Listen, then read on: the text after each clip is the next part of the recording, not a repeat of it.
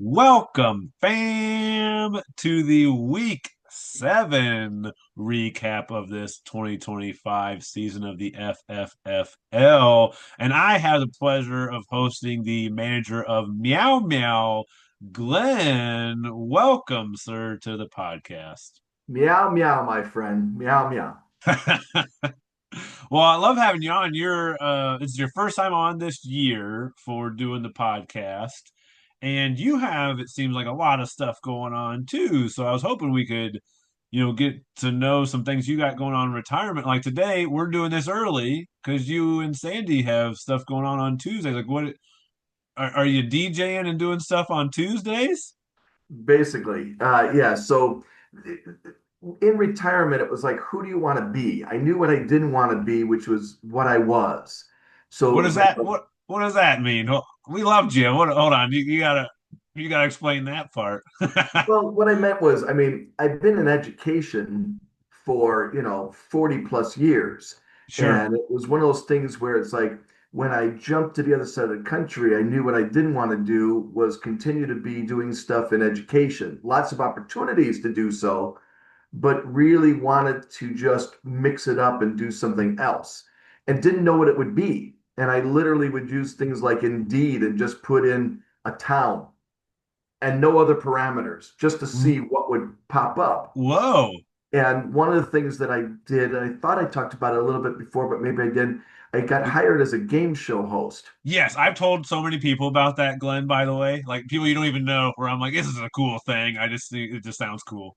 And it was a great job. But what happened was that was on the other side of Charlotte. And like anything, Charlotte's not as big as Chicago, but you still get the idea that if work was on the other side of it, Yeah. even if you loved it, at some point in time, you're like going, man, that's a lot of driving. And the boss, they loved me. Everybody wanted me to keep going. And I was like, I don't feel like it. So, but what happened in the interim was I started having people hire me to run what I call games with Glenn. And and games with Glenn, we've been running euchre tournaments. We do music bingo. We do a little bit of everything, trivia every night. We were doing it at one brewery. A guy was opening up a new restaurant bar literally around the corner from our house. And he's like, came in one night and he goes, Glenn, you're going to be my trivia guy when we open. And I went, okay. And so we became his trivia guy when they opened. Cool. And then another brewery tried to pick us on up to run music bingo. He got wind of it, made me an offer of more money if I would not jump and give him competition elsewhere. And Okay. I was like going, sure, let's do that. So now I've got it to the point where in retirement, Sandy and I work together. We Cool. get drinks are built into our contract. It's a matter of going Sorry. Sandy. So Sorry. we No, get that seems standard too. So I don't know why I laugh so hard at that. I love it. so it was just like going, it just became a job where 2 nights a week now we work for 3 hours, which seems to be about my maximum amount of time. Okay. We have a commute of about 3 minutes. Um, Walking. yeah, and so it is just it's fun. And then right now we've passed on a couple people who wanted us to expand to their places. But now there's a discussion as to whether or not I don't hire somebody and take over some of these other territories. So it's an exciting thing, but you want to make sure it also doesn't interfere with retirement, and that's the happy dance, which is Sure. it's exciting to go from moving into a whole new state, having no idea what you want to do, and have opportunities where they just keep landing in my lap, which is a great problem to have. But at one point in time, I was working 5 jobs because I Oh. didn't know how to In say no. retirement? Yeah, because I didn't know how to say no because every opportunity was a build off of the next one. And it was like, well, that's cool. Let's try that. Well, that's cool. Let's try that. And finally, here in last month, I finally cut everybody loose except for what we're doing. Man, that's awesome. And for those, I think most of you probably know Glenn. For those who don't, you talked about being in education for 40 plus years, and you were at alternative schools. I know at least at the end, I don't know if you were always in that like realm of education or not. I was special education, then then moved into alt ed.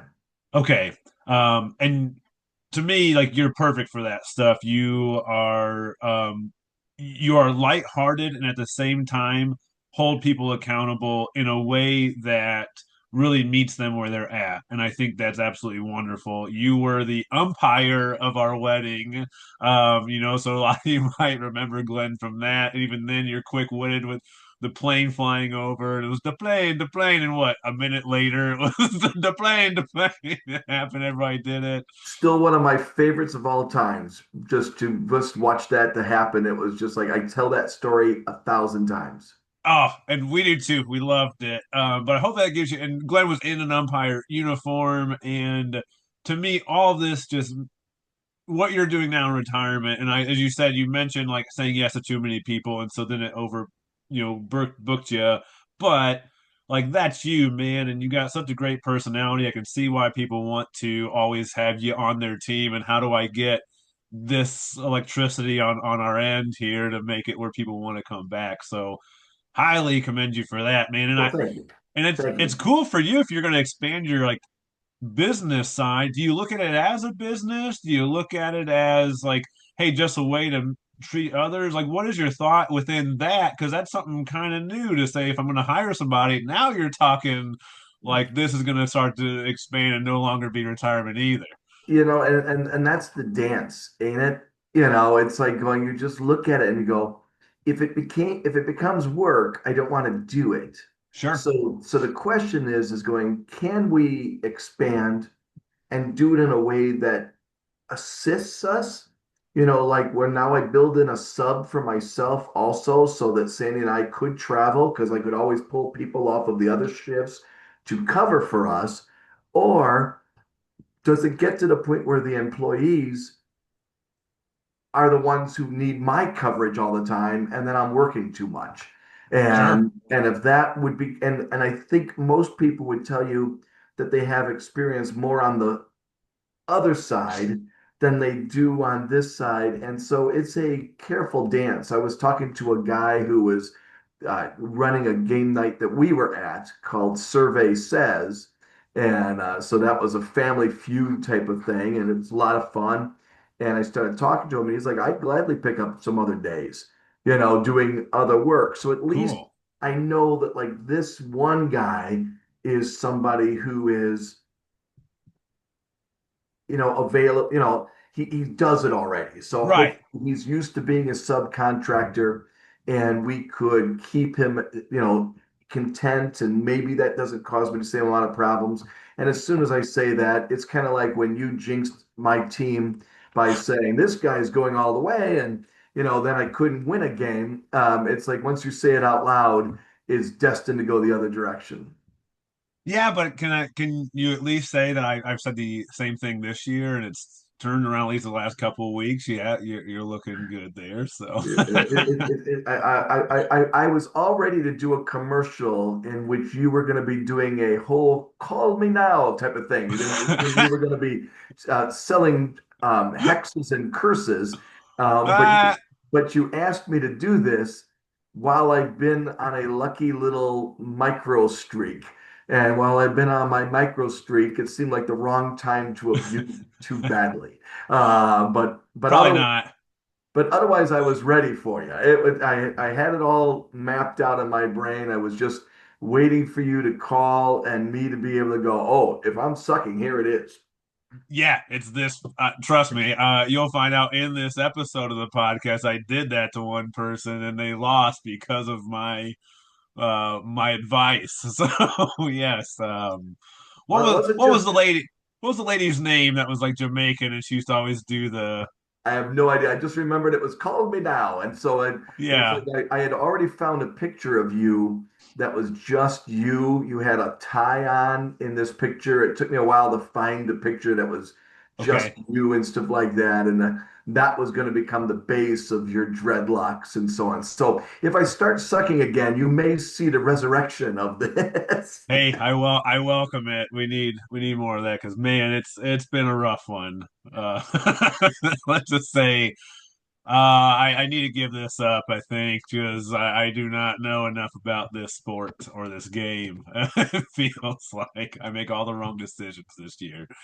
But sometimes that happens, man. It just goes that way. And I know other guys have been playing around with it, but I signed up at a tavern for this Underdog app. Yeah, I've done it. I don't have it now, but I did it last year. That cracks me up, man. I paid $5 because I wanted to get a hat. So I got the hat. And I put Okay. $5 in, and my $5 won because I picked two running backs that were going to score one touchdown. And Okay. so the next thing you know, I've got like $13. Yeah. And I'm like, that's not bad. But then because I made the bet, then they gave me $100 in bonus money. So I put that all down on two running backs scoring a touchdown each. And now I'm up 100 some odd dollars. And then Nice. last night they gave me five free dollars.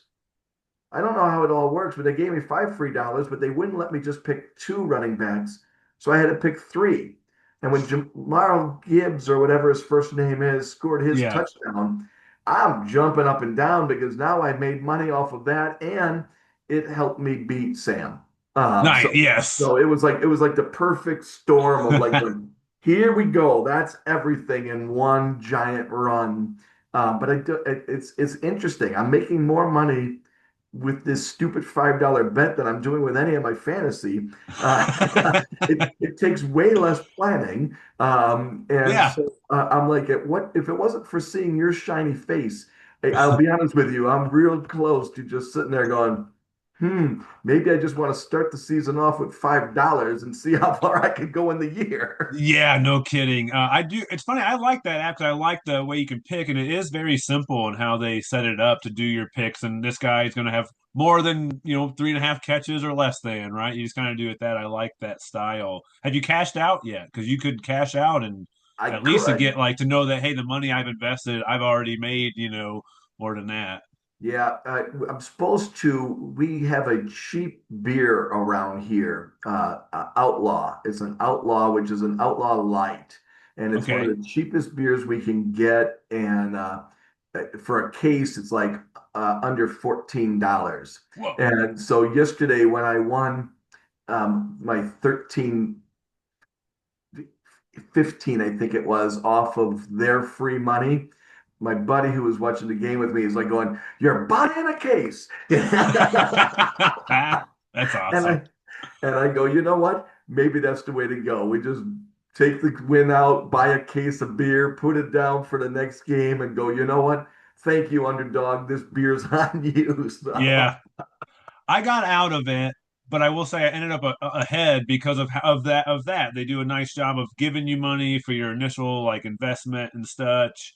And but how they do is like you can't take out their initial investment, right? So they give you right. five, so they won't. But if you want 13, you could take out the eight. And at that point, I'm like, well, then I've made three. Then I made $8, at least at that point, right? So it was kind of nice. I remember cashing out enough to where I'm like, okay, I've covered what I invested and then made like I think like 50 or $60. That's it. So it wasn't a whole lot, but I kind of So got I think out of it because I'm I'm in at too much shit. $130 or 120 something that I can now pull that That's they say awesome. is all drawable, and it all started with a $5 entry Investment. that included my free hat. So it's a matter of going. So I was like going and a koozie that was the ugliest looking koozie I've ever seen in my life. And I brought it on home, and I needed one to hold my beer, Yeah. So that day I just took it because it was just ugly, you know. It was the ugliest thing I've ever seen. But when I got home, I realized that there was a stiff part in it, and what it has is it's got two magnets on it, and Yeah. I could throw that on the wall with my beer, and it'll hold my beer sticking on a metal door, sticking on anything, and I'm like going, so I'm a winner already. Yes, that's awesome. I have one of those on our fridge right now from the pipe fitters. And same thing, and I'm like, it's pretty cool. But now it just holds a dustpan. But but hey, well, let's get this ball rolling. What do you say, Let's do uh, it. DJ Meow Meow? All right. As you all know, I'm going to hit up this PowerPoint, and we do it like we do it every week.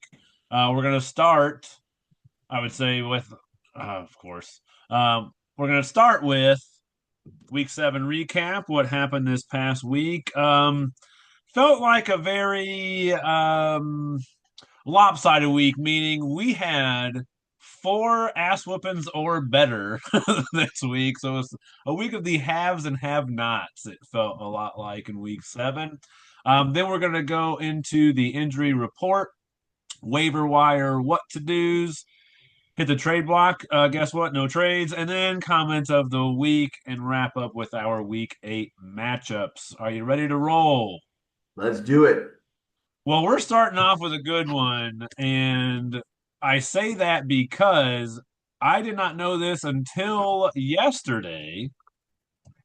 Allison, so kicker hardly know her. She scored 150 and a half over the Cheesehead champions at 75. I mean, literally doubled their score, stomping heads. And she told me yesterday she had never won high score of the week. Wow. Also, congratulations to Allison, kicker hardly know her, high score of the week for the first time. Finally, in the fourth season, she did it. And good job, kudos to her. And I put it here as the air attack stomped Cheesehead this week. Any notes that you have from this game as to why it may have been an absolute stomping of heads? It becomes one of those things where when you first look at like Bo Nix at 42.97, it's like, well, do you need to say anything more? They scored almost, two-thirds of cheeseheads, but I realized that it didn't really matter because of the fact that you also had then Bo Nix, if he would have just gotten the projection, she would have still won. So you Yep. can't just say it was all based upon one guy blowing it up. And I think it instead comes back to, unfortunately, the Cheeseheads, they had 5 out of their 8 positions score under 10 points. Yeah. And that's tough when you're playing against somebody who didn't have that same problem. No, they had four of their five that scored over 20. Right. So, yeah, very tough. And you're right. Just an overall butt kicking in this one, and she Yeah. had a lot of players on, firing on all cylinders. And on the other end, Cheesehead Champions just got, no love from ultimately the running back room. And that makes it tough. And to your point again, when you have five players in single digits and no one scoring 20 points or more, it's going to be tough to win at that point with your team. So another tough week for the Cheesehead champions. But nice job, kicker hardly know her. Moved to Absolutely. second in the East with that W and earned high score of the week. 10 buckaroos right there. We'll see if she ever sees that money. All right. She might be buying a case here. We'll see. There you go. But next one is the next big victory, which we had three different ass whoopings this week. And Meow Meow, 125-ish points over Suckadicka, beating them by about 45 points. And put on here, Gibby that win because Jameer Gibbs, just a huge game. It was fun watching him last night. Tell me your side of the story this week because you had a few who had some great games. Yeah, this is one of those games where I understand the title, it's witty, but officially, I only needed 10 points going in the Monday night. Yeah. And so with only needing 10 points, it, this I'm not going to say it was completely Jamal. I just needed Detroit to do something because I followed the half of the advice on last week's podcast and decided to not follow my logic, which was stick with your quarterback, don't play your backup quarterback, stick with your quarterback. But there were questions and mumblings on the podcast, so I looked at the matchup and I went, you know what? Let's try golf. and let's see how this works. Let's start my backup. And he scores a whopping 12 points. While Justin Herbert scores Oh, 38.1 oh, while sitting on my bench. So it yeah, just proves that on parts of these, I should just leave it on fast forward. yeah. Um, and not listen to people talk about my team because it really did make me start questioning it. And you had even said, I've played that game before. I don't like chasing around. And I believed that, and I didn't follow my own logic. And luckily, I only needed the 10 points. Yeah, always follow your own heart within that, I will say. And I'm actually in a similar predicament as you, Glenn, meaning when you're playing quarterback and running back duo, they both usually can't score touchdowns together, right? And so therefore it can cap your upside at that point. And that's a great point on your end. Um, but game script comes into play so much with all of these things. And when Detroit kind of came out gangbusters and Jameer had that huge run, and that was early, I think that was the first half. Yeah, It gets yeah. to a point where now the game script has gone where Jared Goff doesn't need to throw. He doesn't need to throw the ball because he was looking good in the very beginning. Him and Amon Ra had a good connection, always looking good. Yeah, And because on they the scored a other, touchdown before that. what's up? There was a Again, passing touchdown before that. yeah, I think that was to Amon Ra because I think Jameer had two touchdowns, if I'm not mistaken. Amon Ra caught a touchdown from Jared Goff. I think that was the first touchdown was Amon Correct, Ra from Jared Goff. correct. So it was looking good that way. But then once it goes up, and the opposite thing happened with your other quarterback of Indy, I believe, was way up in that game to force Justin Herbert to just throw the ball. I mean, he threw the ball how many times? Like 45 times or something against Indy, and that's not something you expected either. So it is tough to kind of call it. And to your point, when you have certain guys and you just want to roll with them, just do it. But yeah, Trey McBride has been one of my favorite players just to watch the past couple of years, and I love that you have him on your team. Great tight end to have, and to me, is one of the bonuses of your team is that when you have these singular positions of a quarterback or a tight end where you can only play one, but you have a dominant player in there, it's just such a major gap. I mean, your gap between just those two players of his tight end versus your tight end is about 18 points, and that's a big time difference right there. So Right. nice job on your end. And on Sam, don't mean to leave him out of this discussion, but CeeDee Lamb's back. That's great, but everyone else kind of fell flat, and Jaden Daniels got hurt, which is unfortunate. So Right. tough That's the go big one. for suck a dick on that one, and he falls to 2-5 and last place in the West. Whereas you have a couple games here in a row where you've played really well, your team's played well, going to 3-4, and are moving forward looking pretty good. I like where your team's going. So nice job on that W. All right, this one is my matchup that I got my ass handed to me here, and I put CMC as So Bros Mahomie because both those guys just kind of went off for him. But anything you saw in this matchup, and I can tell you a couple things I see that made the difference here. Well, one, I just felt it was a balancing of Allison getting her first high score ever, and then you making sure that the money doesn't really come in the house by getting your ass whooped. Uh, so, uh, so there was a balance there, I guess. But no, it's so funny. If you would have asked both teams' defenses, both teams' defenses wanted it to go the other way. Yeah, You 28 know, point difference in that. That's true. they were like going, Browns were like going, we need to win this for Denzel. We've got all sorts of great memes that's going to go this way. And then the Steelers were like going, you know what? Denzel's been down. Let's give it to him. And then everybody else decided that they were going to play it differently. Yeah. Uh, very tough matchup, I will say. Yeah, I'm wearing the hat today for the Cleveland Browns. This is a Cleveland Indians hat, but I actually got this with Zach a few years ago. We went to see LeBron when he was playing for Cleveland. We went out shopping, and I bought a brown Cleveland Indians hat because I was like, I'll support the Browns. I'm not supporting the Cleveland Indians at the time. And I was like, I'm not going to do it. I'm a Sox fan, but you're right. Lots of stuff just didn't go the way, and kind of tough to win when two of your players play the entire game and don't score a single point for you. And that I think that's where it kind of then hurts you real bad. And I'm just making the wrong decisions all over the place with wide receiver, and it's just just been one of those years for me. But nice job to Sobro.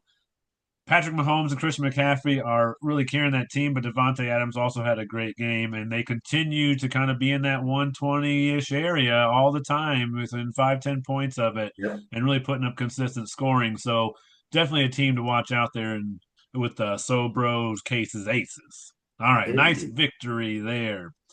We're gonna go to our next ass whooping. It was the last one, but still a mighty one.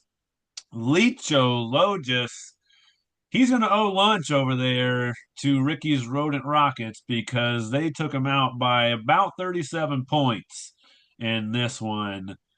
Any notations on this end as to why it may have gone the way of Ricky's Rodent Rockets? Well, we're going to start off with Atwell, obviously, because he did what your team did, which was just do nothing, and correct. And the only thing that's worse than that was like a defense that gets -4, but it's like going, but getting zero out of a team that was, I don't know, you just got to get some points, and unfortunately that one there just the zeros are zeros. They're tough, and I think he was right for playing him Yeah, because you I would have do. I thought agree. with Puka out he Yep. should have seen a larger share. So I that one there, I just go, I gotta admit, I looked at it and I go, well, I would have played him also, and it's like Yeah. going and I would have expected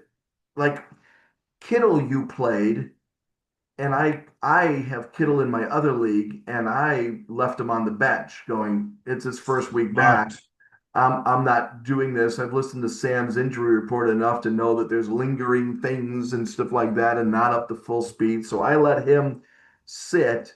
But in this case here, Outwell, I would have thought he would pick up a larger share. And instead, this is his third game this season where he's left with zero, though. So maybe I'm also being too optimistic on what he should be able to do because this is three times now that he's proven that he can't.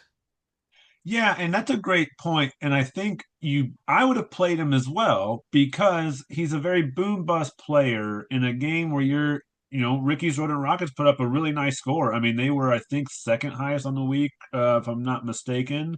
And they were challenging kicker Hardly Knower for high point of the week. So you know that you gotta get a big game out of somebody, and Tutu could get you a couple of touchdowns, deep balls, and so I think that's why you play it that way. But you know the risk, and unfortunately, that risk happened. And hey, Licho, I mean, you'd have beat me, you'd have beat your son, you'd have beat Sam, you'd have beat a few teams anyways with that zero still. So you can't Correct. be too upset. And the good part for Licho in this one, his running backs finally showed up, which they hadn't all year.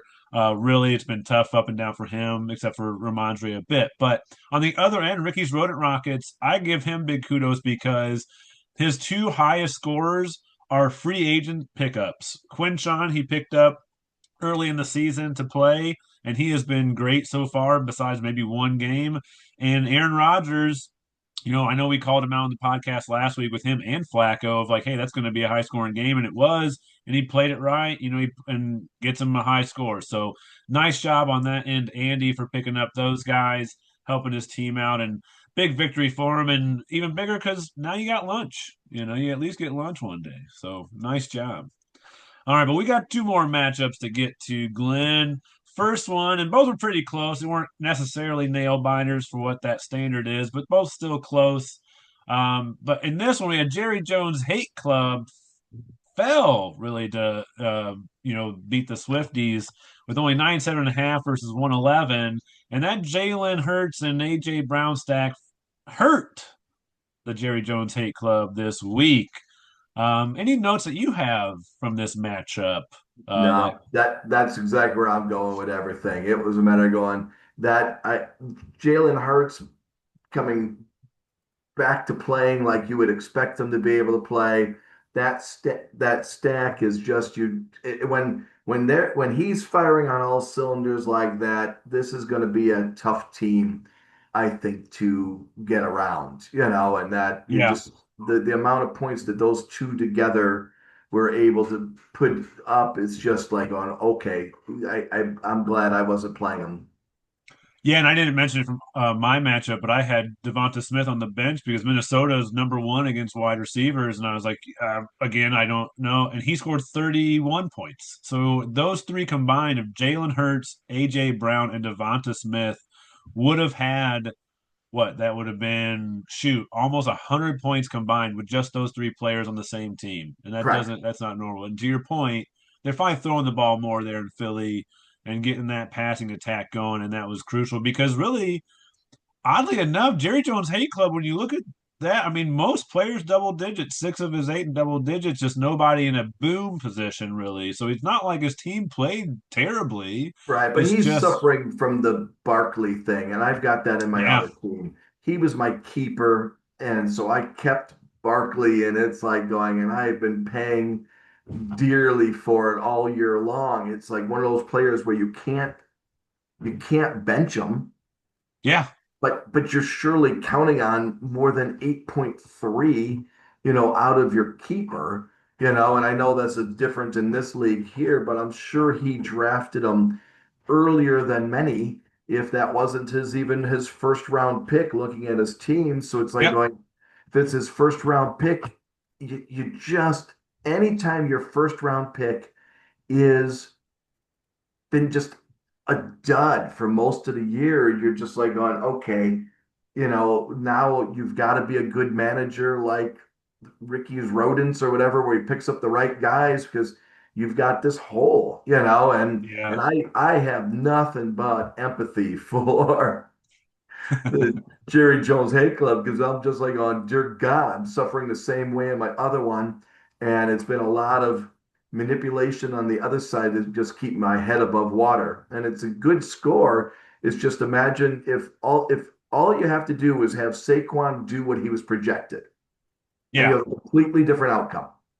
Yep, and that's they're right there because you had a good outing from T. Higgins finally, which is good to see Flacco there. Scadaboo keeps continuing to do it, so lots of good stuff there. But you had a couple boom players for beat the Swifties, and he finally gets off that slide that he has. We're getting that victory to go to 2-5 and still fifth in the West, whereas Jerry Jones Hate Club they fall to third in the East, but still a great record at 5-2 and looking good as well. So nice job on really both ends because even though he fell, Kyle So's a great team to be putting Yep. out there each Yeah. week. All right, our final matchup was truly a tough matchup, and this is where I say I gave somebody the wrong advice here because Denzel, if he plays Jackson Dart, he not only wins the match, he gives a butt spanking to Chubby, but because the difference between Caleb Williams and Jackson Dart, I think, is like 30 some points at that point. And so he's probably hating himself for that decision. It always feels bad. But either way, Chubby Down syndrome goes to 6-1, number one in the East, and really number one in our league now as being the only team with 6 wins, whereas Murphy's Law they fall to 4-3, no longer first in the West, now dropping to third in the West. Anything that you note from this matchup and way it may have gone a certain way? This is just one of those. Both of them had people who scored well. They had their big studs, everything you wanted to. It went just the way everything was supposed to happen. And but again, when someone tells you to start Caleb Williams and he gets injured and leaves the game, it's just devastating, and this was. Yeah, My biggest thing out of it was they only had 11-point difference. In this week, that was amazing. yeah, That it was, that so that they were both playing well, but that Caleb Williams, unfortunately, that had nothing to do with his coaching other than if he took too much advice from you and did it yeah. because of that. And Yeah, if I hope he didn't, Tyler. I hope you, because he had said on the podcast. It's funny. I was listening to that ending right of the last week's matchup before this call, and he even said, I'm playing around with that decision. I don't know what to do. And then I gave him the advice, and I'm like, New Orleans not a good defense, and they weren't a good defense. But the problem is, I think the Bears just kind of ran the ball. Guy got more run than he normally does, and other things happen. So again, game script starts to play a factor, and that's one that I'm just not good at. And Jonathan Taylor on the other end, he just continues to be amazing, scoring up in the high 30s again.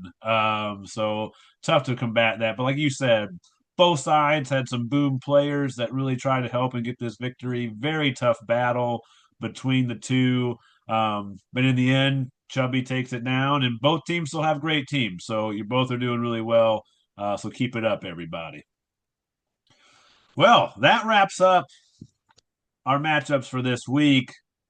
We got to bring it. And I think this week we actually do bring it with probably our best sponsor so far, and definitely the sponsor that's really going to pay the most, especially after what we've heard today. And that's DJ Meow Meow. He is the perfect way to get any party going.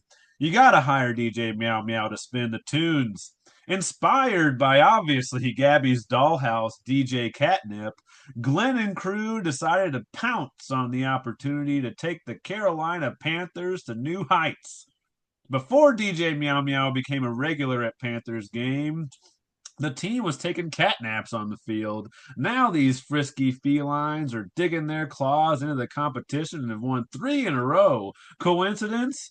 Meow thinks not. So if you're tired of just batting a ball around, you better book DJ Meow Meow to bring the right catitude to your shindig in a furry. Well, thank you, DJ Meow Meow, for sponsoring it this week. That was very kind of you. That is that. The funny thing about that picture is that literally was a girl whose name was she was a DJ, Lil Meow Meow. And it just made me laugh. And I'm like going, I have got to get a picture of you for, and for just this. And we laughed. And I then the love other that. then the other day on one of our trivia teams, all of a sudden we always have them choose their names and stuff like that. And all of a sudden one of the teams was Team Meow Meow. And I'm like, you've got to be kidding me. You're kidding. So it's sweeping the nation. And it wasn't her team? No, I'm Man. saying no. That was a girl in Asheville Right. here in a random part of this.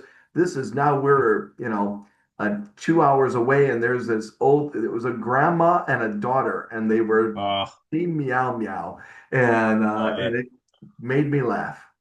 And that's very cool too, because it's funny when I saw the sign, I was like, it did say DJ Lil and then it said meow meow. So I was going to ask you about that part. So I'm glad you actually highlighted that because I saw how it was written. I was like, I'm pretty sure that's DJ Lil Meow Meow, but I'm just gonna put DJ Meow Meow because I'm talking to you. But she was the one spinning the tunes, so I was like, obviously it's not Glenn doing it, but that's awesome. Actually, did you get any background on her like DJ name? Why she chose that? Why, no, I did not. Now I feel Oh, like I didn't do a good job. I spent the whole time talking about the FFFL, and obviously, just more important is that. exactly.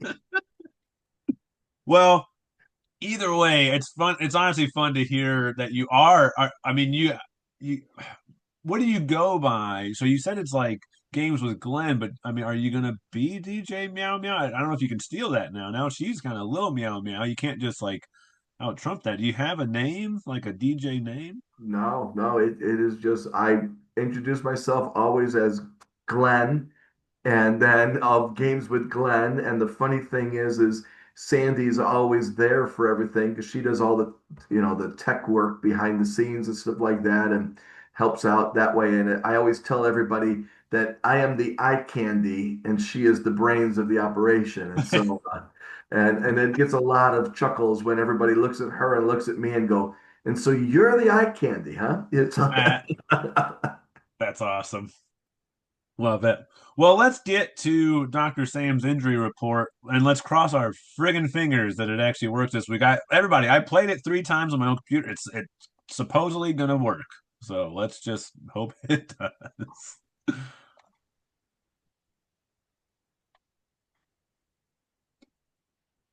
Oh my word, and it is legitimately not, Glenn. Like I'm not kidding. I played it. It was there, we and talked it's about uh, we oh talked about it ahead of time. yep. talked about it ahead. I was like, don't worry. I've played it on my computer 3 friggin' times. I'm going to try. I am going to try this again because I cannot have this fail for a third fucking week in a row. And I'm not kidding. I freaking played it. Unless there's some weird thing going on where like it's just like, hey, it doesn't play. I can't do that with Zoom, and that's a brand new thing the past Right. like 3 weeks or something. But we're going again. Fuck it. Like we're going again All right, because injury update, week 7. Not as many, I feel like, as before. Not as many severe injuries. Michael Penix, quarterback for the Falcons, looks like he has a bone bruise in his left foot. So it doesn't look like he's going to miss any time, but he is probably going to have a little bit of a decreased amount of power, as that is his kind of push off foot. Bryce Young, quarterback for the Panthers, had an ankle injury. It looked like they said it might have been a high ankle. He got somebody got a cleat rolled up on top of him, and it looked like they fitted him for a boot. So he's probably doubtful for this upcoming week. Cole Kmet, tight end for the Bears, he had a back injury. He's listed as day-to-day right now. Not much other information about him. Dontavian Wicks, wide receiver for the Packers. All I saw was he had a calf injury. I don't see too much about what's going on with that yet. Darren Waller, who is a tight end for the Dolphins, he has a pec strain. If it's a mild, it's probably going to be 1 to 2 weeks. If it's more moderate, it's probably going to be more like 2 to 4 weeks. Jaden Daniels, quarterback for the Commanders, he re-aggravated his hamstring. Doesn't look like it's significant, but this is a re-injury with a high re-injury risk, so they may shelf him for a couple weeks, but I kind of doubt he's going to go on IR. Mike Evans, wide receiver for the Buccaneers, he fractured his clavicle, so he's going to be out for most of the season. He may make a comeback if the Buccaneers continue to kind of look like they're going to make the playoffs. But he's going to have a little bit of limited mobility for a while. Nico Collins, wide receiver for the Texans, left the game with a concussion, so he'll be kind of day-to-day until he clears that protocol. Breece Hall, running back for the Jets, with a low ankle sprain. He's likely going to be able to play. He'll probably just split a little bit more time or reps during that game. Keandre Miller, running back for the Saints, towards ACL, so he's going to be out for the season. Then Xavier Worthy, wide receiver for the Chiefs, just kind of looked like he got his shoulder yanked on. So they're probably going to run some tests to see if there's any type of like labral damage or anything like that. But he may just be missing a little bit of mobility, so he may not be quite as explosive, but likely to still suit up. well, thank you, Dr. Sam. And I'm glad it actually worked this week. Just had to, I guess, reload at that point. But some good stuff there. I only had a few to add because I wasn't sure if Dr. Sam was going to be able to get it in that early this morning because there are a lot of things that are going on. But Brandon Ayuk, wide receiver for the San Francisco 49ers, is expected to make his debut this Thursday. So he plays the Thursday game, and they need as much help at wide receiver as they can possibly get. So that's something to look out for. Lamar Jackson, they're coming off their bye. He's expected to return this week as well. And even Aaron Jones, running back for the Minnesota Vikings, is expected to come off of IR this week and make his return. Whereas Bucky Irving may still be out. He's a running back for the Tampa Bay Buccaneers. He may still be out this coming week as well. So lots of injuries going on, even more out there.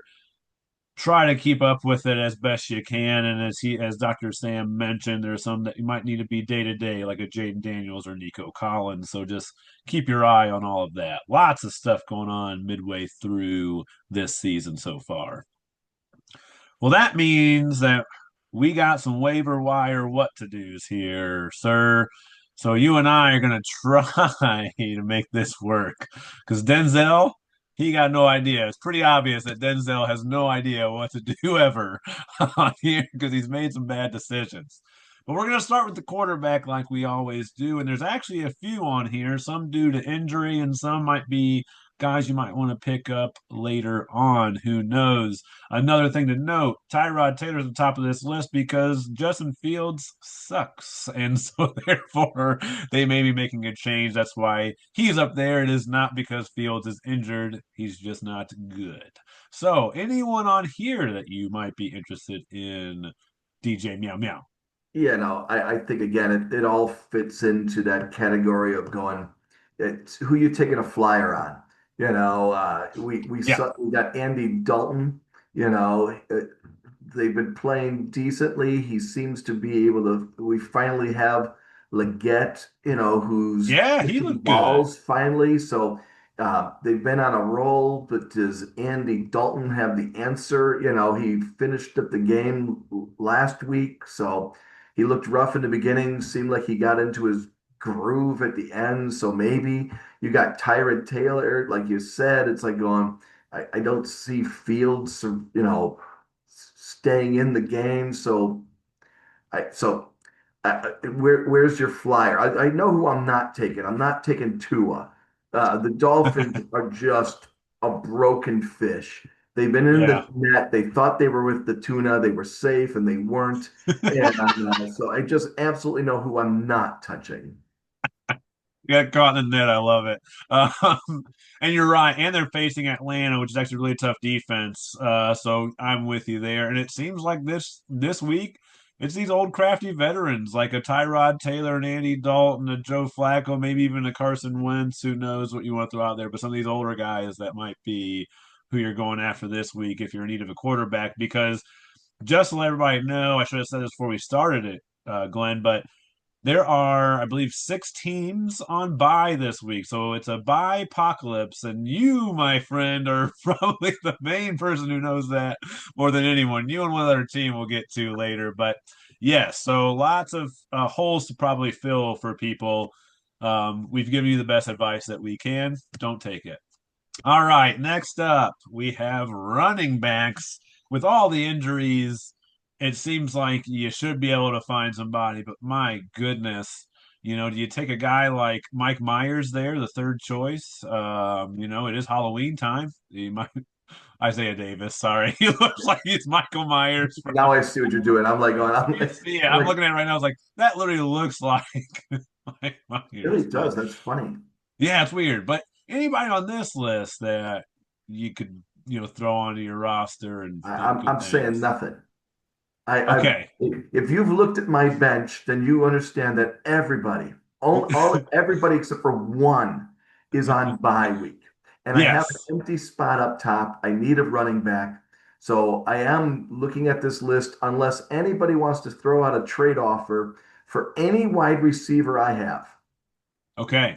Good to know. Hey, Trade Central. Save that talk for Trade Central, Okay, I'll Glenn. save it. But Don't I'm not saying a word about this list, is all I'm saying, because while it may be slim meat on the bones, I can't put a blank. Yeah, and the only thing that I would say to people is listen to what we just said in the injury report. There are multiple people on here that can fill some of those spots. And even Brashard Smith at the very bottom here, running back for Kansas City. He's their pass catching back. But one of the things to note is he's not in on all passing downs because they don't really trust him to block well for it. So just know, and he got a lot of run, looked great this week because they were whooping up on Las Vegas, if I'm not mistaken. And so he got a lot more run. Be careful there. But he could be a guy to stash for later if you're thinking that, hey, I want somebody in the passing attack for Kansas City. Yeah, but But you're they just got Rice back. So again, is correct. he so I Yeah, sorry. there's No, no, I agree. everybody should go for Bashard. That's what everybody wants. That's And the Jeremy McNichols. one. Those are the That's who two. they should focus on because I need somebody else. Yes, exactly. But there are a few options on here, but just know with what we're at with bye weeks and injuries, you're going to take some of these lower rated guys potentially to help you out through some of this time. All right, let's hit up wide receivers. Kind of similar spot of nothing great out here, but and anybody on this list that you might go for. I again the one person who I think is it's interesting in a way where you look at Josh Reynolds. If all of a sudden Jalen Hurts is really back to being able to throw a lot and do stuff, you saw how many points he was able to put up. You'd hate to not be part of that team as compared to the exact opposite, which is going, I'm not interested in Malik because again, he's on the Dolphins, and right now I watched those guys play live. I don't see nothing. Yeah, Leggett again, he's finally catching balls. It's like he's not paying attention to everything else in the world. So I think there's some people there who should be able to get something. I mean, how do there's quarterbacks out there throwing the balls, and these teams out there should be able to benefit from it. But yeah. um, I think you highlight some good players there. Leggett has looked better as of late, and they're getting him the ball quickly and letting him do what he does as a like 6'5", 235-pound wide receiver. The man's huge. Give him the ball, let him go. and And he's he's fast. fast. He's He's like the fast. fastest guy on the team. It's crazy to think of a guy that size that can run the way he can. And I mean, he's just a beast of a player. And so I love that he's starting to look better because he's got all the talent to do it and the athletic ability. To your point, if he can catch the ball well, and he's looked a lot better. So a lot of stuff on here. Pick through it. Godwin might be a good one with Evans out. That'd be another one to go for because they're needing pass catchers too. But some stabs again. We're in that time of year, lots of injuries. You're gonna have to take a flyer on some players. Now let's get into tight end streets. Anybody on this list that you might like or go for? I'll be honest with you. I did not pay enough attention to this, so I'm unadvisable. Default to me, so I'll give bad advice again. Here's what I'll say.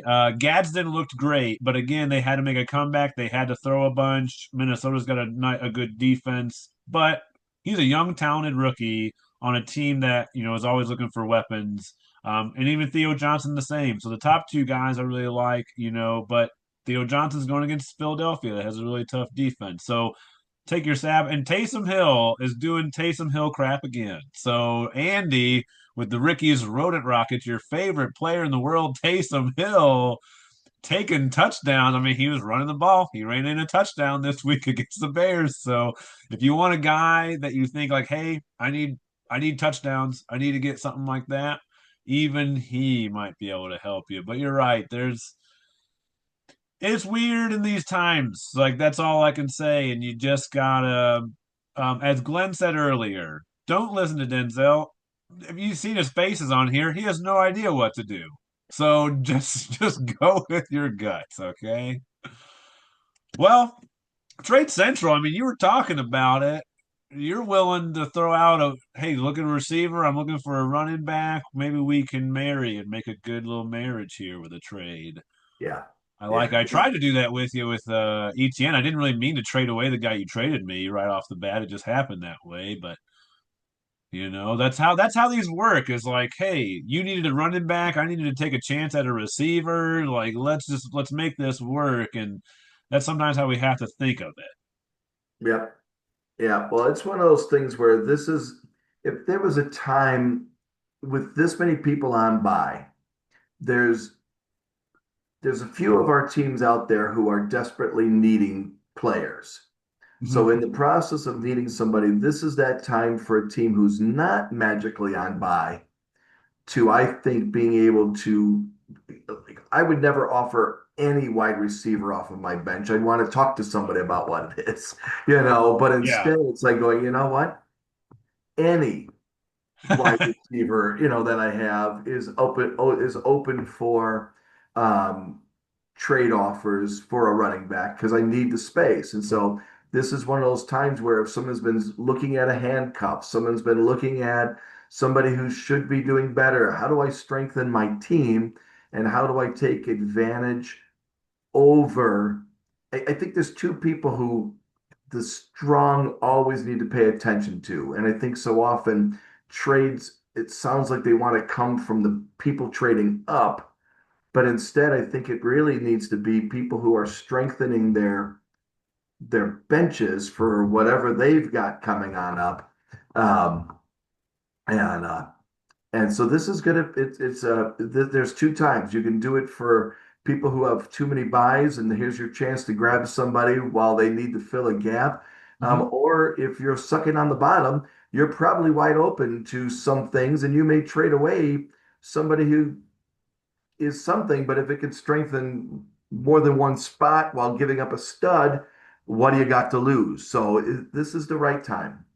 I think that's beautifully said, in all honesty, because if you're a team like my own team where I'm not scoring well and I have certain players where I'll be honest, like Josh Jacobs is doing great for my team, but I'm 2-5. I have to look at it in the manner that you're talking about. Maybe I'm willing to do a 2-for-1 for Josh Jacobs, to your point, to say, hey, I'll take a lesser running back, but I also need a receiver coming back to me as well, or whatever that might be, because I need to strengthen it as a whole. And this is the moment because we got to decide we should all be going for it all the time. And if you're at the bottom, like you said, sometimes it's just let's fucking shake it up. It's like different juju here with it. I remember our trade last year was kind of what you said also on the other end. You Yep. and I traded, and I thought, okay, I feel like I have a strong team. I think Christian McCaffrey is the best running back in the league, and he's going to come back. And so, therefore, I'm going to take the risk that, hey, if I trade away these players that I think are maybe lesser to get a Christian McCaffrey at a time when you needed players, Players. right? You did that, what we just talked about. And guess what? It worked out for your end. It worked out for the team that did the 2-for-1 type of thing in it, Yep. right? I mean, that's who it worked out for in the end of it. Like, I know it wasn't didn't fully, but it did. I mean, Chase Brown was great last year, and you know what I mean. So we don't ever know what's going to happen in the future with it. So take those gambles, take those risks. Because right now at 2-5, I look at it like I have to, in a sense, almost run the table to get to the playoffs. I can only afford maybe one more loss to feel confident that I get in. And so, therefore, every week you should be, if you're in that mode, every week, don't just look at free agency, test it. I mean, we have some players, and I don't mean to make this longer, but we have some players in our league who have never made a trade in the 4 years that we've been doing this. Don't be scared. You know what you're doing. And some players just don't like to. They just don't like that. It just feels weird. But I'd say like once you start to do it, you just take the risk. You just know like you win some, you lose some. That's just how the game goes. And so Yep. it's much more exciting, I think, when people are trading and making these deals and looking at it. And so far, we've had two trades in our league, and unfortunately, I've been a part of both, and I think I've lost in both. But hey, like I'm gonna go for it. I gotta try. That's what I gotta do. Hasn't helped me, so I probably shouldn't say it. So you're not exactly a good poster child for this, Nope. but I was just saying, I was like, so I probably shouldn't even say it, but I go for it. And I've also had in the end where it worked out for me way like a few years ago. I traded for DeAndre Swift when he was a rookie. I traded players that thought he's going to be good, it's going to work out. I was in a tough spot. I ended up making it to the championship game. I didn't win it, but he was the one who got me there, and I got money for that. And I was like, okay, so that was a good trade where I took a gamble. So it can happen either way. correct. All right, comment of the week, and we had a few on there, but I think once we got, I like this one a lot because I love Richard Pryor. I just he's one of the greats of all time. And so I liked when there's that back and forth between Tyler and Zach, and I think I asked like eventually it was like, all right, whose dick is bigger? Basically, it says this is where we're going right now. And I loved Bob's gift of Richard Pryor doing his little thing. But do you have any favorite comedians of all time? Oh, favorite comedian. So that's interesting. That was a different question than I expected. I mean, Well, here, do you have a better comment? Do you like? I don't know no, if you no, no. thought I of want to do. I'm stuck on this one. I okay, like this actually comedians. better than Yeah, the comments of the week because I was just gonna say not much. Yeah, I like all the comments. I get a kick out of everybody's from birthday wishes to on and on and on. It is part of the joy of being in the FFFL as you get a chance to hear what's going on in people's lives. So all of the comments are cool to just keep up to date on stuff. But yeah. favorite comedians, all of them were hot at different times. I mean, we watch a lot of comedians, and it's like right now, it's really hard to not absolutely love. Um, oh my God, what is his name? He's been on everything. He's been on Saturday Night Live a couple times. Nate Bargatze. Yeah, I mean, he's hilarious, but will he remain as funny as he was? Because there's other comedians out there, like when Roseanne Barr was first doing her bits about that from the wife's perspective of going, Yeah, "God, you think I can find it because the uterus is a tracking device?" It's like when you hear things like that, and it's like, okay, it was super funny while it was running its time, and even the guy from we saw the guy who does everything about Wisconsin. We went and saw Oh, him, I love him. Charlie Barnes. Charlie Barons, so we saw him live. Funny show, but now he just continues to do a lot of just what that is, and so you kind of go, it was funny Yep. at the time. It's like an Adam Sandler movie. The first one, you're like, that's hilarious. But a third time, you're like going, oh, we're going to go the same way as the guy who did the mask, but it's Yeah, Jim Carrey. every time he's going to get into this, and somewhere through the movie, and it takes you out of the movie because it's the same bit. Yeah. And that's where like you said, comedy rolls with the times, hopefully, and you're able to find a new one as it kind of bounces around. Right now, I would say like I don't even have like a favorite comedian in this moment. But I was with you. I kind of flowed through, and George Carlin's always going to be a great. Richard Pryor always going to be a great. I think the greatest stand-up I've ever seen was Dave Chappelle killing him softly that he did back in the '90s, where that was truly pretty much every single joke landed. I think he's a genius and did well. So he's my favorite comedian of all time. But when I was in the '90s, young kid, I loved comedy albums. So I did get like the Adam Sandler, What the Hell Happened to Me? Chris Rock was actually one of my favorite for comedy albums. I He was gonna had say some great hilarious. ones.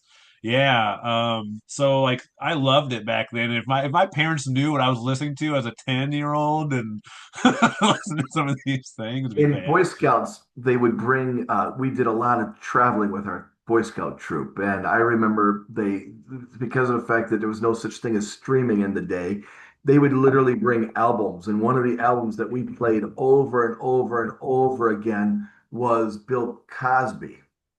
And how Okay. He the was great.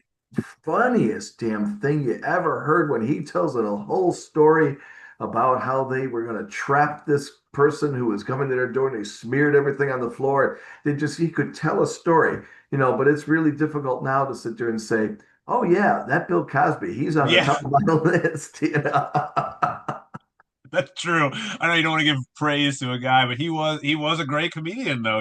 He was a great storyteller. That's true. But yeah, now it's like, hey, we're gonna It's like stay away from that man. I don't want to spend too much time defending the guy, even No, if hell no, hate the no. guy, not his craft, but it's like still at the same time, even that feels weird. So you just sit there and you go, yeah, yeah. Well, he was funny. I'm Yeah, barely saying it exactly. out loud. Love it. But we all Send need a good all laugh every once send and all again. negative comments to Greg Stevens. He's funny. Yes, correct. Correct. Well, we'll move on from that one, but lots of good stuff there. But yeah, that was a nice job, Bob. I loved Richard Pryor, so I was a big fan of that one. All right, here's where we sit after week 7. So, as I mentioned earlier, Chubby Down syndrome is now number 1 in the league in general because he's the only one with 6 wins, only 1 loss, so still leading in the East. Whereas kicker Hardly Knower moves into the second spot in the East, jumps Jerry Jones' Hate Club because she scored more points, and that's how that goes. But Meow Meow, you're still in fourth. I think you were in fourth last week, but on a streak and people better be watching. Whereas I'm still in the bottom. Me and Licho still loving that bottom of that East. We're not doing great. And on the other side in the West, Ricky's Rodent Rockets, he was kind of pissed about maybe losing that top spot to Murphy's Law last week, and he decided to get that victory. The only team at 5-2 in the West. Sobro Cases Aces moves up a spot to second after Murphy's Law takes a loss, and they now drop from first to third, whereas Cheesehead Champion still riding in that fourth spot. Really just getting some help from Beat the Swifties and Suck a Dick, who continue to suck a dick on those fronts. So that's where we stand in our divisions. Here's where we stand as far as stats. Chubby Down syndrome, only person to get into that 900-point range so far. However, Sobro Cases Aces continuing to put on good scores. And though they are fifth in ranking overall, that's only due to record because they are second overall in total points for, whereas Kicker Hardly Knower at third with total points. And the rest of us kind of fall down the way we should. When we get to moves, what are we talking about? Licho still in the lead with them moves. So he's gonna continue to lead that, I think, trying to find some answers. But a couple people on some streaks. Kicker hardly know her. She's won three in a row now. And you and with Meow Meow, you've won two in a row. And unfortunately, some of us are on the opposite end of those streaks, whereas Cheesehead Champions have lost three, just like Denzel. And Licho Logis has lost five in a row. Just really feeling that struggle right now. So good luck to us at the bottom. We got to shake it and move it like we talked about in Trade Central to get these things going. All right, Glenn, let's make some predictions. You ready? Sure, let's do it. Yeah. Like, what does it matter? They're not going to be coming true anyways. Okay, the first one is yours, and we had mentioned the apocalypse, as they call it, coming this week. We have Ricky's Rodent Rockets at 5-2 and first in the West, going up against you, Meow Meow, 3-4 and fourth in the East. Dogs versus cats. Which is better? Man, I feel guilty saying it out loud, but it's dogs. It's all wait all day. I don't understand. This is when I was picking the team and I was kept leaving the marks next to everything and going by eight, by eight, by eight, all the way down. I was like going, oh dear God, whoever plays me in week eight is just like gonna get like a freebie, Licking their chops. and so I really look at it going, that was the price for the team that I picked. I liked what I was going with it, but the bye week, week eight was going to be rough. And so, congratulations, Ricky Rodens Rockets. You can hear it right here first. And if he was on the Underdog app, I would be placing my money on Yeah, Rodents. I'm gonna pick three players from that team Correct. to hit whatever it might be. But having said that, you're right. He has more players to utilize right now to fill in the spots. However, Nico Collins, who he currently has starting lineup, is in concussion protocol. If he doesn't play, he has two spots that he's got to fill. Mike Evans, as you just heard, also broke his clavicle. So therefore he's out until I think like week 16 or 17. So basically the end of the fantasy football playoffs. So he doesn't have him to replace him with. Ricky Pearsall's been hurt. He actually has a lot of things going where he's going to have to make some decisions here. So we will see. And you have your own, right? So you got to make some decisions on your end to see how can I fill these gaps, especially when Jahmyr Gibbs is on by, Trey McBride on by. So you got a few spots to fill there. But I actually think this is going to come out closer than you think. But my only question to you, how are your Carolina Panthers going to do against the Buffalo Bills? Hey, Sandy. There. Don't feel free to always say hi if Glenn's on the podcast. Feel free, Okay, please. get my computer. Hi. But how do you feel about that game? Do you think Josh Allen's gonna put a hurting on the Panthers, or do you feel like that defense has enough to keep him at bay? No, it's the Bills. What you're going to find out is this area has got more Bills fans than Carolina fans. So Whoa, the stadium's going to be packed. It crazy. it's Is going to that be just from loud. the retirement kind of deal? Like they're coming down from New York to like getting warmer You weather, get them honestly? both ways. You get them coming down, and then there's an actual thing around here called a halfback. And a halfback is a person from New York and stuff like that who moved all the way down to Florida, Florida. went, this is ridiculous, and then came half back. Um, Love it. and that's literally a term around here. So I'm not making it up. And so there was a great meme put out there in which they did a map of the United States and they showed you which team is the most hated team in that area. And you had places like Illinois really hates the Packers, and the Right. Packers really hate. So you could see that on the map, and it was logical. But in North Carolina, the team that North Carolina hates the most is the Panthers. So That's what. so so it's going to be I think you're going to find all the weaknesses that our defense was never that good. We've been lucky. We've been playing some crappy teams, and Okay. so we're feeling good about ourselves. But now we get a backup, and that's why I think, again, from a quarterback point of view, there may be some value of taking up who's Andy their Dalton. backup, Andy Yeah. Dalton, because affected he's going to be behind. Yeah. He's going to be behind and he's going to have to throw. And so the only thing you got to worry about is how many interceptions does he throw in the process? Well, but to that point, game script could mean that, hey, maybe Bills run the ball more because they don't have to throw as much. So maybe that goes in your favor. But I said that, so that's not going to happen. But that could be how it rolls as well. But good luck to you this week. You are going up against a very tough opponent who's put up some high scores lately. But you yourself are doing the same. And hopefully it's by apocalypse. It's going to hurt you. Hopefully you skate through it with maybe a very thin margin victory And I'll take a over. squeaker. I'll take a Yeah. squeaker. Right, exactly. All right, well, good luck to you there. Next up, we have two bottom dwellers here, and what I put on here was, does Lamar Jackson have his cape on? Because he's gonna need to be a superhero, I think, this week in order to get Licho Logis past beat the Swifties, and it's also partly because he has Amon Ra, who's the number three wide receiver on the year so far, on bye, so he's got to be able to replace that. And CJ Stroud has really not been the answer so far for for him. And I say that because he's the 18th ranked quarterback. Lamar Jackson's missed two games and is only two plus spots behind him at the 20th ranked quarterback. And on average is putting up about 10 more points than CJ Stroud. So you know Lamar, if he's healthy, he's going in there.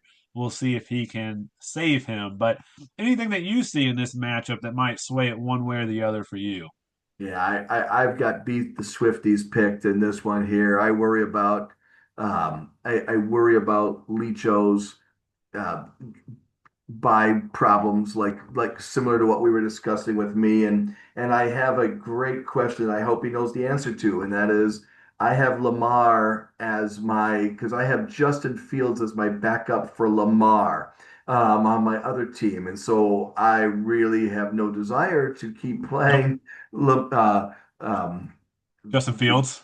Justin Fields. So it's a matter of going, so Lamar's coming in, but it's like going, is which Lamar is he completely healthy? It would go against what I was saying during my other part where, are you putting in Kittle when he first comes back? And to me, this is the Yeah. same way here, which is going, do I expect him to hit his projections? I hope, but that seems pretty optimistic. It's not a bet I would put in the underdog app. I love it. And I agree with you because that running will be probably holding off on it. The one thing I will give Lamar is he is a absolutely much better actual quarterback in throwing the ball than he gets credit for. Like I think he's the most fun player to watch in the NFL. When you I'm just enthralled every time he drops back. He's just so good at evading, moving the pocket, but with that hamstring injury to your point, is he going to be able to do enough to really help Right. Licho Logis past a team that is, to me, on the upswing again, similar to what I was been saying about your team, meow meow, that I don't know why he's 2-5. I think he's got a good roster, and they are starting to turn it, like you said in the early part of this podcast with Jalen Hurts and AJ Brown. So I also lean the way of beat the Swifties in this one. So we'll see how it goes. But really beat the Swifties. I mean, he filled in four players on bye there, plus potential injury. But we'll see how this goes. But yeah, I'm with you. I'm leaning beat the Swifties way.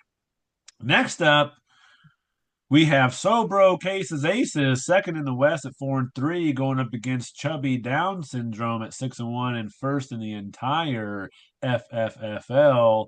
And interestingly enough, they have going against each other the top quarterbacks and running backs, meaning Mahomes is number one, Dak Prescott number two, Jonathan Taylor number one running back, Christian McCaffrey number two. So this is very interesting and very intriguing.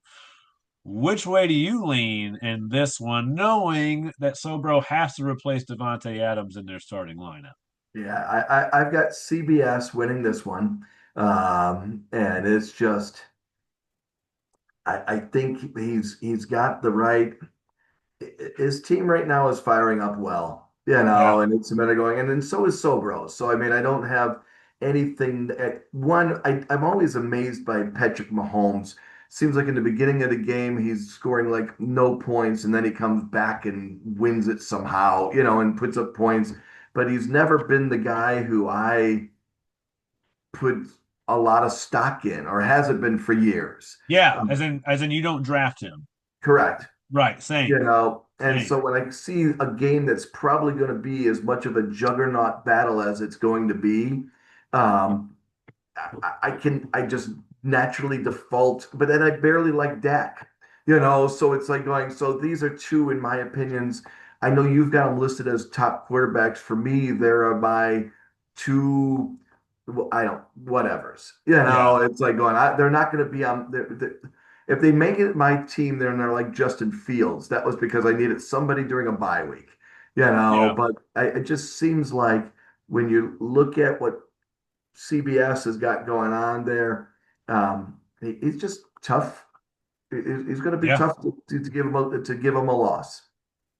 I would agree. I heavily lean Chubby Down syndrome's way, yet I feel like I just keep putting Sobro cases aces in the background, yet they continue to outperform what Correct. anybody thinks, and so it's tough to like go against them.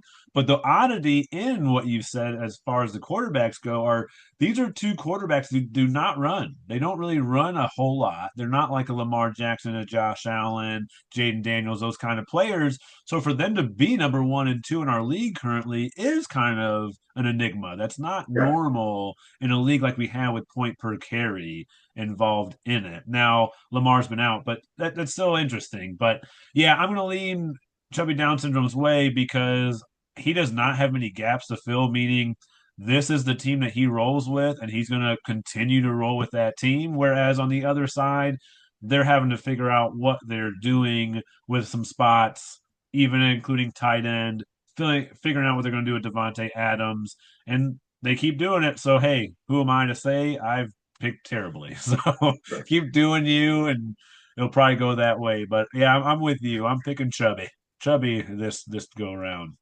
All right. Next up, we have the Cheesehead Champions, who, as I mentioned, have lost three in a row. So they are now 3-4 and fourth in the West, going up against the Jerry Jones Hate Club, who took an L this week against Beat the Swifty. So they fell to 5-2 and now third in the East. Now, Cheesehead Champions, I put on here, they have a QB. They legit don't have one. They they need to pick up a quarterback or figure that out. And there are either A, options that we laid out on the free agent market, or what we talked about before of, hey, in a bye week, you might need to figure out and trade somebody that there's a couple teams here that have two quarterbacks on their roster that might be willing to trade one of those guys for one of yours. So how much does it mean to you at that point? So he's got to figure that out. Which way do you lean this week? Yeah. Again, he's got a when I look at Cheeseheads and we look at his quarterback situation, he's got the most interesting one because it's not like one of the guys is hurt. Right. They both had the same bye week. Yeah. You And he had just know, picked up Sam Darnold, I think, this past week to is cover, is that right, what it is? Okay. an injury. Yeah. Okay. That makes more sense because otherwise I'm like going, how long has he had two guys No. with the same? And I'm like Yeah. going, you Just know picked what? him up. I Yeah. I know there's some decisions I made where I went, week eight's going to be tough, but I tried not to just sit there and go, hey, I only play one quarterback a week and they're both on the same. So that just Yeah. happened to his team. So all right, so that's a lot more understandable than the way it was going. So Yeah.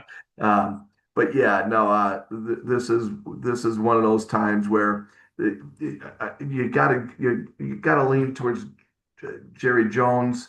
It's a matter of going just because of the fact that he's got to grab somebody off the wire for a quarterback, Yeah. and like we talked about in the quarterback section, somebody there may blow it up. But there's no one on that list where it was just a guarantee that this one's going to blow it on up. Like which old man sits there and goes, "This is the game that I will remember forever. This is the one I Yeah. took the game ball home from." I Yeah. think They're doing some work in the house. Okay. That's the loudest I've heard it. So, I didn't hear it, so that's good. oh, it screamed here. So it just becomes one of those things where when I look at it, I go, the quarterback situation I think is really real in this game here. So Yeah. it's the hate club for the win. I agree with you there. Tough to figure that out, and I don't think EJ even has time. He's got a baby on, he ain't got no time to do this stuff. Ain't nobody got time for that. So that's what he's got to do. But yes, I'm gonna lean that same way. All right, this comes to another great matchup here. We have Suck a Dick at 2-5. He took another loss this week and is last in the West right now. Going up against Denzel Winnington, also 2-5, and should be last in the East. But who will suck a dick harder this week? Glenn. That's funny. I have my notes and I love reading my notes when I can't read them. Um, I'm like, I had this, I could see the word Kittle and Love. Oh, I was talking about you having a problem then. Oh, yeah, of course. Yeah, exactly. You got lots of problems. I'm like going, okay, what do I got going on here? Why don't I remember what I wrote here? Yeah, no, unfortunately here you've got two players that you're too unpredictable. Yeah. You know, it's like going Jordan Love. I mean, he's on a winning team. He should be doing great here and stuff like that, but he's unpredictable. And you got Kittle, should be phenomenal. Yeah. But But we saw what happened last week, so it's like going, so and you've got the Jordan Love, Josh Jacobs stack where it's like going, do you think they both could get 21 points like they're projected for? and it's only happened, I think, once or twice so far where they both scored very well for me to make it like, okay, that was worthwhile. And that was not something I even thought about during the draft process. I drafted them together and didn't even put it together like that. But Justin Right. Fields has sucked so bad that let's just say I don't think he's on my team anymore after this week. I'll just be honest with everybody. He may be gone because he may not play anyways. But Right. I was going to say, oh, how brave of you to get rid of a guy. yeah, right. I'd love to because he's playing Cincinnati, who's terrible, but they're saying I don't think he's playing Cincinnati this week. Yeah, I So, think he's if they start him, he's a one bad pass away from being pulled. and that's why they're projecting him as you see it 1.1 because that's what it is. It's going to be one. He's going to have one drive. It's going to suck, and they're going to be like, "Fuck it, Yep, Tyrod, you're in, man. Like, just go do it." But I'm actually leaning away from me. I really and I I am too. probably no. Here's what I'm gonna say, Glenn. I'm leaning towards me. I'm gonna win. I'm gonna take it home. So therefore, it's gonna happen how The it probably opposite. should, which is that Sam actually has bench options. I do not, and so therefore, it Yeah. should probably go his way. One of us will get a third victory this week. Just who will it be? I do not know. We're gonna get off this game, not a good game to talk about, but we're gonna move away from it. And we got one final one to talk about, and this one actually is a very intriguing matchup. I really was intrigued by the Sobro Cases Aces versus Chubby Down Syndrome. I think that's a big time game, along with even yours against Ricky's Rodent Rockets. But this is another one that I really like in our league because it's two top teams. It's Murphy's Law at 4-3 and third in the West. Been doing well. Versus kicker Harley Noer coming off the high score of the week for the first time ever. Which team here do you feel might have the advantage? I would not place a bet on this one. Yeah, it's a tough one. This is a I, I 50-50. I just truly look at it going, this one is a toss up. They both have, a player that they got to pull off of their bench in order to fix at least one. It's like they're both. This one here, I'm saying nothing because I could think it could go either way and I wouldn't be surprised. Yeah, I think the same. The only thing I'll say that hurts kicker Harley Noer is Jackson Smith and Jigba is the number one wide receiver in our league right now, and unfortunately he's on bye this week.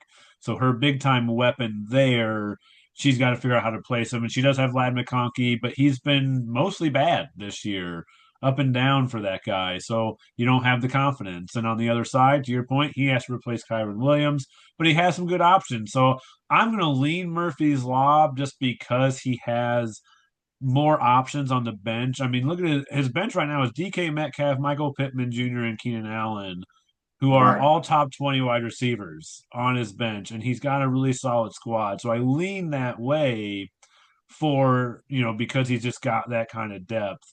Yeah. So one of the things I will say, if you're looking for wide receiver depth, maybe Tyler's a guy that you could talk to and see if you can, find a wide receiver there. No, No, no, no. Glenn. Here, you're sitting there saying we should talk about trades and what you need. I sit there and I say, I'm willing to give up any wide receiver that I have Yeah. for running back. And what is the first thing you do during the end of the show? You do this. Hey, if you're looking to trade for a wide receiver, you should talk to Tyler. What the hell? Was the sponsor of the week was brought to you by, Oh, yeah, that's true. I just lost a lot of money for Dr. Sam. I apologize, Dr. Sam, because it's one of those moments there where I have not come through with what I said I would do for the sponsor of the week, and therefore they are no longer beholden to that contract. That's very yeah, true. yeah. He's gonna be bad mouthing you on the mic. It'll be like bad Yeah, Greg. Bad Greg. but here's what I will say. You should go after both teams because one might have higher value and price tags on the other one. I'm not saying which one that might be, but Oh, if you have higher price tags, you might want to see, hey, can I find value here? Because it's a lot about that too. But this look will at be very close. I like this matchup this week. One to watch for in our league in general because they're both winning records, both high, top teams that are in the top part of their division. So yeah, I'm excited for this matchup here. yeah, yeah. I But would prefer that Murphy wins just because of the fact that I don't need Allison keep doing so well in our division. that's true for you. Yeah, you kind of it's I never think of it that way and I should start to think of it that way. That hey, I need people to lose in my division so I can be a little bit higher up there. This I is never the think only about it like that. this is the only fantasy league I play in that keeps the division thing. Yeah. And so it is something you have to keep in mind because you look at what the records are, you look at what the numbers are, and you realize that there's a distinct advantage of finding yourself in what is this year's weaker division. Yeah, and that's interesting too because that's always a thing to think about as a commissioner is I put the votes out there, people wanted to keep it kind of how it was and that's fine, but it also means like we say divisions, but do you want to stay in those divisions? And okay, so we're going to keep the divisions how they are, but should we ever mix that up? And for me, what's very cool actually this year, and I should have mentioned it when we talked about the standings and kind of where we're at. So this is the fourth year. The three champions so far are Sam with Suckaditka, me with Denzel Winnington, and Louis with Leachologis. Guess where we're at? We are Correct. legitimately the bottom three teams this year. And I absolutely love it. I mean, to see the parity, to see how some of you who have never played this game before until we started this league and where like you've come to now, like I think of a guy like you've played for a long time, so I like you and you're a newer addition to the league. But I think of a guy like a Bob or a Tyler and these guys who had never really done it before, and now you're seeing them, and man, they put together these really nice teams, and they figured it out. Licho, Louis had never done it before. Glenn, I laughed at him the first year. I didn't know this man. I didn't know Louis. He drafted, so this is 4 years ago. He drafted Baker Mayfield like in the fourth round. He wasn't even a starter on a team. Which I saw that he turned around and saw he had Mayfield, and he did play for the Panthers. At the time, I think he was like on the bench for him or something. It was like I laughed. I was like, this guy has no idea what is he doing. And even Andy was like, I think he's just sorted it wrong or did something. And he's like, no, I meant to do it. And it's like, no, that didn't work out, right? But now look where he's at. Like that guy knows his ball too. That's the thing is that guy knows ball. Yeah. And so it's guys like those that I just love seeing kind of where they're at. And then you have someone like Allison who's just near the top every year. It doesn't fucking matter. She's just like just seems to be smart, witty, doesn't overly do anything, doesn't overplay her hand, and just keeps rolling. And I'm like, God, I wish I could just be more consistent in that Yeah. realm. Yeah, I'd like to just be better in this league. This is a good, tough league, and it's funny. It's been showing off all of my weak spots. So I am looking forward to just trying to not be fighting for not the bottom. Yeah, I learned a lot. Well, I don't really have humility, but if I the closest thing I've had to it is coming into a league, losing instantly, having to go on the date, and then sure. see the following year where you're like going, well, how are we scoring it? What is counts? Am I on the bottom for the season or on the bottom at the end of the playoffs? It's like going, okay, because otherwise, why am I still in contention again for last? You know? Um, and so this is one where I'm like going, I just want to try to. So I'm very aware of who's in my division and who's above me in my division. So that's why I'm like going, go Murphys. Yeah.